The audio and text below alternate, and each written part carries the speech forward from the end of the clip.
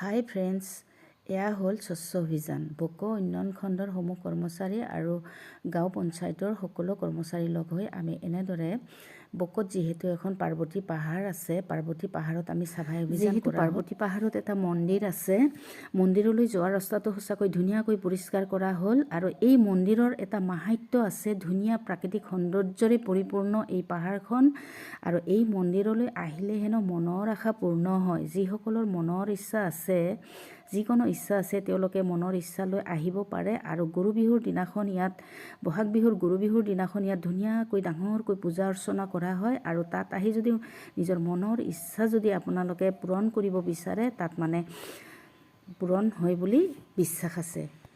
কিমান ধুনীয়া প্ৰাকৃতিক দৃশ্য চাওক, খুব ধুনীয়া। আৰু ইয়াত ৰাতিপুৱা ছানৰাইজ চাব পাৰে আপোনালোকে। ছানৰাইজ চোৱাৰ কাৰণে বহুত মানুহ ইয়াত আজিকালি ভিৰ কৰে। একদম ধুনীয়া পৰ্যটনস্থলী বুলি ক'ব পাৰি। আজিকালি বহুত মানুহ ইয়ালৈ আহে, বহুত দূৰ দূৰণিৰ পৰা আহে। যিসকলে অহা নাই তেওঁলোকে নিশ্চয় এবাৰ আহিব পাৰে আৰু প্ৰাকৃতিক সৌন্দৰ্য উপভোগ কৰিব পাৰে। আৰু যিসকলৰ মনৰ ইচ্ছা আছে তেওঁলোকে মনৰ ইচ্ছাৰ কাৰণে মনোকামনাও পূৰ্ণ হয় বুলি বিশ্বাস আছে। ভিডিঅ'টো চোৱাৰ বাবে বহুত বহুত ধন্যবাদ।